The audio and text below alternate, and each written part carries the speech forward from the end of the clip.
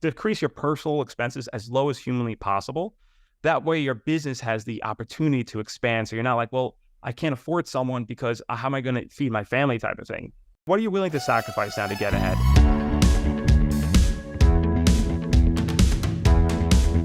Good morning, good afternoon, good evening, everyone. This is a beautiful day. I am actually the one being interviewed for a change. I was interviewed by this gentleman named Diaz. He's the owner of Top 10 Podcast. He helped launch this podcast, and that's his main service. He's got a 7-figure company, and he kind of flipped the switch and had the microphone on me for a change, which is always fun. And on this episode, I kind of dove into my own personal background, how I started a property management company in the middle of COVID, how I involuntarily left my job during that while my wife was 6 months pregnant. So if you're interested in learning a snapshot on how to start a business from scratch, scale it to over 7 figures in just 3 years, this is a little bit of the playbook on my intentionality. So it's packed with really, really some insightful gems. Stick around. And without further ado, let's get into the show. Awesome. So Steve, man, in listening to you, for a couple of things I just learned about you. Number one, you were a DJ in a former life. Number two, people should go listen to your podcast. You have a crazy story about, just you're coming up, your dad going to jail, coming out of it, building a business together. So a lot of cool things about you that I didn't know. We're also from the same part of New York, Staten Island. So that's cool. Just found that out. Yep. Yeah, man. It's good to have you here. And the reason I selfishly wanted to bring you on the podcast, because I've seen you, number one, launch a new podcast, which is really impressive, just from like the content perspective. Number two, that you've built businesses in the more real estate space. So I'm excited to hear about that. So let's dive in, man. I want to get right to it. Like, tell me a little bit about what you do now, and then we'll backtrack to like, what was the flywheel or the thing that helped you get to where you're at today?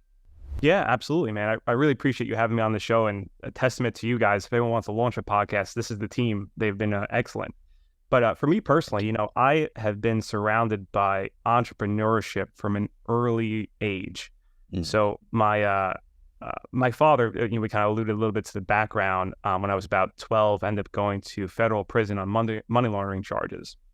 I grew up with a mother that was from Morocco, first generation, did not know how to read or write. So from a very early age, I had to become very self-sufficient very quickly. And I always had that mindset of looking at how to solve problems and either get myself out of situations, like with smooth talking and negotiation skills. I'm not really a big guy. So growing up without a dad, I didn't become the alpha, so to speak. It was more of, how do I get through this period of my life? I worked in corporate America, DJed on the side for many, many years. And around, I would say 2020, and during this time, I'm always a real estate investor as well. I was purchasing properties, like putting away a nest egg of maybe I'll retire when I'm 40, so to speak, the FIRE movement. COVID hit, and I was DJing in the live event space, and that decimated the entire industry. Right. At the time, my wife was 6 months pregnant. She was working in travel, which was also decimated. Yeah. So very quickly, within I want to say a week of each other, I lost my job and my wife lost her job. And the only income we had was maybe like $1,500 a month from our rental properties. That was it. And I knew at the time that I needed to make a drastic change immediately for the sake of myself, my family, and my unborn child. So I assessed my skill levels. I was always in sales and marketing. I loved hospitality. I was also involved in real estate. And I said, there's got to be a way here that I can capitalize on these skill sets.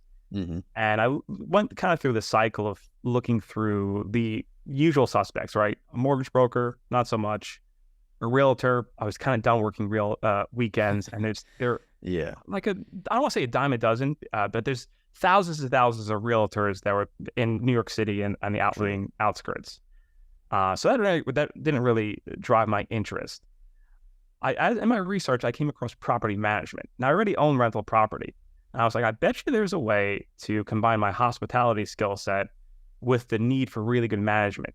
And I took a look at my competitors, and there was maybe 2 players in town that had professional businesses other than like the realtors who want to do a side hustle.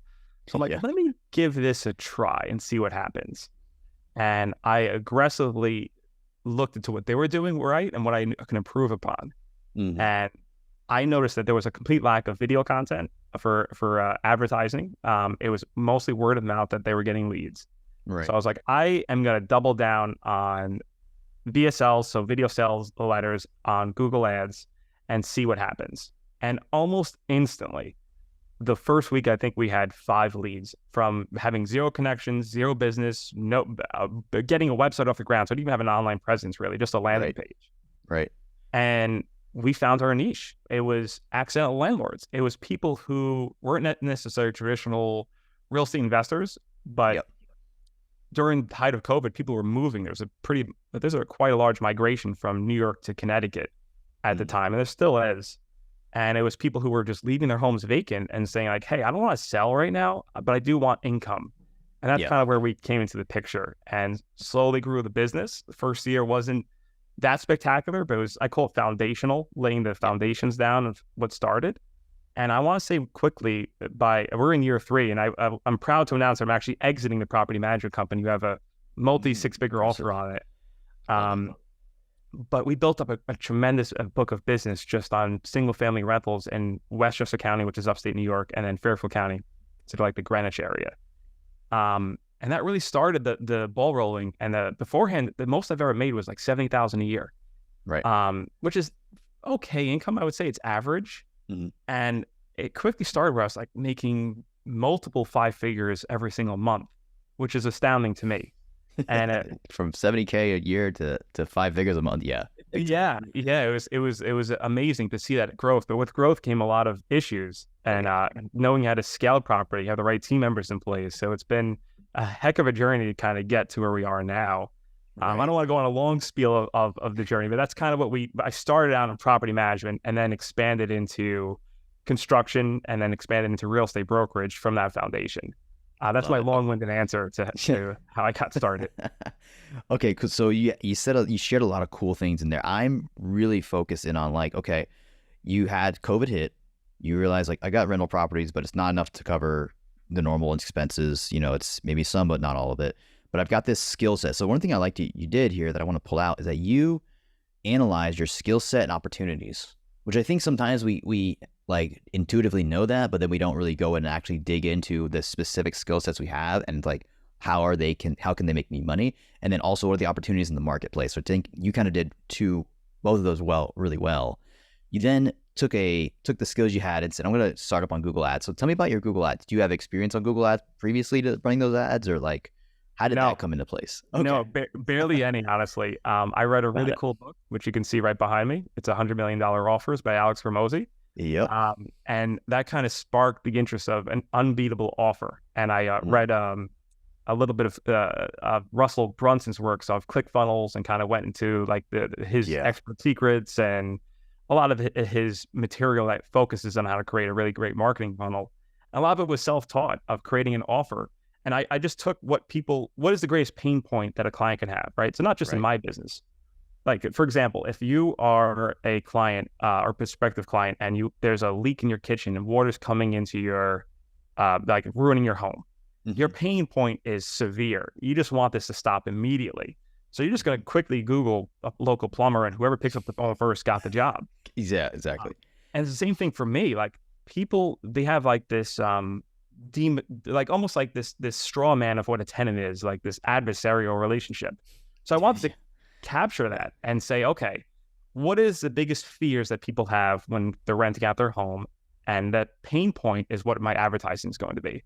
So we offer eviction protection, where if we place a tenant and if the deal goes south, we're going to cover your legal expenses. We offer a 30-day money-back guarantee. So if you're not happy with our services, you can leave us, and then we can hand the keys back to you. So that we put our reputation and our quality on the line there. So I kind of backdoored a lot of what the pain points were and thought of it that way, of how to structure a great ad. And then honestly, ChatGPT was just rolling out, and I wanted to really use, like, I didn't know really can do keywords. How can I help with keyword searches? What are people looking for? And I incorporated that into the Google ad campaign. And that really, really set us off into getting these leads from having no relationships or having no referral business at the time. Right. So you set up a landing page for this property management company that you're starting. You say, go to Google Ads, you fire up the ads. start spending money, leads start coming in. Walk me through, you figured out like, okay, I've got leads, I've got this offer. Awesome. What was it selling on the phone? How did you kind of start getting those first few deals? Excellent point. That goes back to having the right operations from day one. So from day one, I invested in a CRM software and a back-end property management software called Buildium. It's very specific to that industry. Got it. And as soon as the lead came in via email, it was immediately put into a drip campaign where it was a video of me, a video sales letter of me saying, thank you so much for inquiring about more information. I'd love to hear more about your specific problem, issue. And then I would give them a PDF of like common questions to ask. And that would set them up on a 7-day campaign of just value add with no ask other than saying, if you want to learn more, here's a link to my calendar, book a discovery call. And I know no one else was doing that in my industry. It was more of just like responding to an email. So I wanted them to build a relationship with myself and my face. And I always encourage that to other business owners, like be out there, whether you have a BDM who's doing this or it's yourself as an owner, have that video presence when someone submits more information. It goes so much further than just a blanket email, generic response. And people know that. And that's when I started getting discovery calls, booking up my calendar. And then it's just leading them through the process of sales and knowing that your job is to listen and just to find the pain point, because everyone's going to be different on their pain point. For example, someone might call me and their pain point might not have to do with a tenant. It might be that it's an aging grandmother that they want to make sure is taken care of and the property's being watched. Or it might be that the house is in disrepair and it needs more repair work. And again, nothing to do with a tenant. Or they may be more logical basis, like, what's my ROI? What's going this? Yeah. And I always say when people do discovery calls, they immediately jump into what they can offer, what the features, what makes a company cool. And they just don't zip it. They just don't ask questions like, why are we having this conversation, Mr. Smith? Like, what's leading us to have this dialogue? And then just listen to what their story is and then responding in kind. Like, you can have a script, but have it where it's like there's a dialogue going on where the whole goal is to build up that initial relationship on that 30-minute discovery call. Totally. And the close rate is skyrockets. I mean, it was 80-90% in some cases. Love it. So you did a 2-call close from what I understand. It's in like a discovery call, then like, okay, I think we're a fit. I think I can help you with this XYZ problem. Let's jump into, okay, cool. And I think that is for me personally, when I jump into that and I don't try to close it on the first deal, it just flows so much better. So much better. So I'm glad to hear in a sense that you had a similar result when it came to like doing discovery call first and then jumping into like, okay, like once I understand the problem and the person, now I think I can help them, or maybe they're not a fit. So you've got this kind of like system going, you've got these ads going, so you're constantly getting leads. Walk me through, you've got like maybe your first 5 properties under management. How did you scale from there? What was like the first hire you had to make? Right. And so this is where I want to express that I made a mistake on the first hire. I have now learned a different process, but what I did was that I hired an assistant property manager part-time that was kind of just doing very minor, lower skill level tasks, like making a set of keys, answering minutia emails. And what I should have done and what I've now implemented in full force is hiring from the top down. So I want to hire someone who has the opposite skill set of me. So I'm really good at sales and marketing, and my operations is average at best. So it should have been someone who was a director level operations person, first hire, who can then set the precedent of like, I understand your vision. Let's now make sure all these properties are really taken care of and fulfilled and have a systems and KPIs in place. That's not what I did. I do it now, but I hired more of like a low level to kind of just gopher, so to speak. And then as we scaled, though, I learned from that mistake because it wasn't an A player. I kind of just wanted anyone who first showed up in a body. Need a body, man. I will say a great hire I did have though was a VA who really took care of more of the back end minutia that was just time consuming but was easy to train, like the accounting, for example, and bookkeeping, coordination of maintenance, that sort of thing. Right. But I would encourage that's my belief is top down. It always has worked for me and my other 2 businesses for sure. Love it. So top down approach to hiring. That's interesting because I've always heard like kind of like conflicting like messages or advice from different people who are hiring experts, where it's like, hire the assistant first, handle your email, or hire C-suite, or like high, like you're saying, director level kind of people, where did you find these people? I'm curious to hear, because like, first of all, New York, Connecticut area, it's not cheap to live there. So you're paying good people like good money because they're also going to go somewhere else. So where'd you find the person? And like, did you find it hard to compensate them what they needed to be compensated, or you had enough kind of budget in the business to where it was okay? Yeah, that's a fantastic question. The first thing I did was move out of New York to save on expense. Amen, so yeah. I ended up buying a duplex in Connecticut, which I still live in, and I house hacked where the rent was basically breaking even on my mortgage payment. So because that happened, I was able to take more risk, and it didn't need the property management income at the time to survive. And I always espouse that, like, decrease your personal expenses as low as humanly possible. That way your business has the opportunity to expand. So you're not like, well, I can't afford someone because how am I going to feed my family type of thing? Right. I only needed $2,000 a month to live. So now I'm freed up to offer someone a 6-figure salary to make that move. Mm-hmm. Now, and with any business, I love the term of eating last. So I want to make sure that my company's taken care of, even though I'm taking home less of a salary at the time, or the business is breaking even on profit. I know it's a long-term growth strategy that I'm precipitating, hoping that the person I'm hiring is going to be the A player I think they are, and then start to capitulate that growth. Got it. I love that strategy. And honestly, my wife and I are looking at doing the same thing on a 5-plex, which I'll get into you off the call. I'll get into that with you. So house hacking, for those who don't know what house hacking is, can you explain what that is? Absolutely. So it's essentially buying a piece of real estate with the intention of renting out some spaces. And it doesn't have to be a duplex, triplex, or 5-plex. This can be you purchasing a single family home and renting out the spare bedrooms to your buddies. And it basically makes it where the goal is to essentially live for free. And I know people get uncomfortable with this concept, like, I don't want to be a landlord. I don't want to deal with tenants. Think of the sacrifice and the cost that it's costing you to maintain that perception of reality. So you're willing to pay now $2,500 to $3,000 a month because the minor inconvenience that someone may let you know that the toilet's clogged and that you have to deal with that repair. So it's like, what are you willing to sacrifice now to get ahead? And it also allows you to purchase a property as your primary residence, so you can get very favorable interest rates, 3.5% to 5% down in some cases, where you essentially become a real estate investor day one, as opposed to if you want to buy investment property, the traditional way is you need 20 to 25% down, which is a huge chunk of change for most people. So that's a strategy I still live there, even though I can afford a greater home now. I still am the cheapo at heart, where I really look forward to saving on that payment. And it's also coming down to minimalist. Like, do I really need a 4,000 square foot home? What value add does that add to my personal life?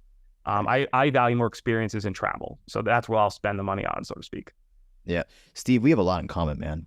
I'm the same way, man. Yeah. I told my wife, I was like, I'd rather spend 3 months away in Europe than have a fancy house. If I can do like live for a quarter in Europe and just do my work over there and travel and see the world, I'll do that. Have a okay house here all day. Spoiler, that's exactly what I do, by the way. I love it. And my winters either in Latin America or Europe. So yeah, amen. All right, cool, man. So house hacking, dropped your costs on like, you don't have to give yourself a $3,000-$4,000 income through your company now. You can basically have a 2K. Your the renter is basically paying for the mortgage on your home. So now you're able to take that excess. Let's just call it $1,000 to $2,000 and put it back into your business in softwares and people in marketing. Dude, that's amazing. And what I like about it is that it's so it's logical. Like, it clicks. It doesn't make sense. It's not some like weird woo-woo energy thing. Like, like I meditated every day for 40 minutes. And that's what gave me it's very practical. And I'm a very practical guy, dude. So I love that. So you basically figured out the marketing piece, figured out a really smart way to drop your expenses so you can pour that money back into the business. And now you're at a place where you can afford the A player teammate. You've got the marketing working. You're growing this company now. Walk me through kind of like, how did construction and the brokerage come into play now to add on top of that? This is my favorite part. So property management is definitely the foundation of real estate. And what I've noticed, and I would coin the term cross-selling, that I would get asked on a consistent basis, as we grew, let's say we were managing out 50 homes. Yep. And in any given week, those 50 homes need something that's fixed, or a tenant's moving out, it has something that has to be repaired. And I was looking at our vendor payouts, and I'm paying strangers essentially multiple six figures to do the painting, put a new toilet in, new bathroom, unclog a drain, you name it. And my father at the time was working in Midtown Manhattan construction, and he would complain to me. He's like, I really don't love my job. I'm working in a very menial, like municipality type of superintendent thing. And I said to him, I said, Dad, I'm really good at sales and marketing. I already have a management. A lot of work we're outsourcing to these other vendors, and I'm making any income. Why don't you just come work with me and let's get this thing off the ground? I already had a client base. Yep. Day one, Louise, it exceeded the property management income. It was unbelievable how much growth it was, just because I already had a book of business now. And my father was gifted in the operational aspects, where he knew how to get all the construction done. He knew the operations. He knew who to hire. So again, getting back to hiring the right people, my father was my business partner in construction. That's his role. And my role is more sales and marketing. And I am proud to say that we're over 7 figures now on that business alone, just servicing our clients' needs. And now it's also more efficient for my clients, because we keep it in-house. It's like, you need something repaired tomorrow, no problem. We don't have to go to the Yellow Pages to find a stranger to deal with your leaking toilet or whatever have you. Right. That's same genius. with brokerage, man. We started selling these houses, just natural synergies, because we're involved as managers. They're already know we're real estate investors. And I would end up referring out deals to realtors who didn't really know how to deal with an investor mindset. So we kept that in-house too, and launched the brokerage. That's been great. So I love it. Oh, dude. So what you've done essentially is build an ecosystem. You've got one business that feeds another business that feeds another business. Boom. And it took me a while to figure that out. I had a great mentor back in the day that taught me this, because his businesses kind of did that. And I was like mind blown, because that's how you really create something that it's going to last longer than you. Like, you want to sell it, you could totally sell it, but that is going to, it's a force multiplier, right? You put one new property in your property management company, and then literally it just starts it can feed all the other businesses through that, one property. Absolutely. So it's interesting. And I've learned that the hard way. Early on, when I was like 19 or 20 old, my father ended up buying an Italian restaurant in Staten Island. And his knowledge of restaurants was knowing how to order, and that was about it. And he put me in charge of it at an early age, which was a horrific experience, but a life lesson for sure. And then in the meanwhile, he did construction, and there was no cross-pollination. He would drive himself nuts on an industry that he had no knowledge about, and work in construction. And I didn't want to be my path. As an entrepreneur, I think all of us probably suffer from a little bit of ADHD, where we want to hop to new ideas. So I didn't want to open up a cafe and had no correlation with my real estate business, put it that way. Yep. Yeah. No, totally. Yeah, exactly. It's taken me a minute to think through that as well. And like, okay, well, I can't go and start this other thing because it doesn't feed into my current business. Like, we've got all these great clients here. Like, how do we help them grow and expand? And how do we also help ourselves to do it in doing that? Like, kind of like what you're saying, like building businesses that also serve the same customer in a different way. Right. Absolutely. So that mindset, I think, as you can tell, it's already generated 7 figures, and it's a thriving business now. Man, that's really, really powerful. Is there anything else I would say you would do differently? I think the biggest takeaway I've learned is that you built a flywheel. Figure out the marketing, figure out how to drop your expenses to pour into that and scale that, and then you built other companies around it. In going back, if you turn back the clock to 2020 March or whenever it happened, COVID, what would you do differently if you had to do it again? Yeah, that's a fantastic question. So what I've come to learn, and this is one of the big reasons I'm actually exiting property management, we've had a fantastic offer, is to have a business that is purpose-driven. And that's something I lacked. It fulfilled the need. We provided great service, and we were able to help someone else, but it didn't fulfill a heartbeat on me. It wasn't that like the if you want to use the proverbial soul, for example. Yeah. I lacked a mission statement.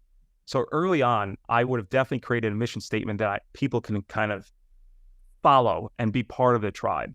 And that's one of the big mistakes I had, where I was going through employees that didn't really have a purpose because I didn't have a purpose. So it was 100% my fault.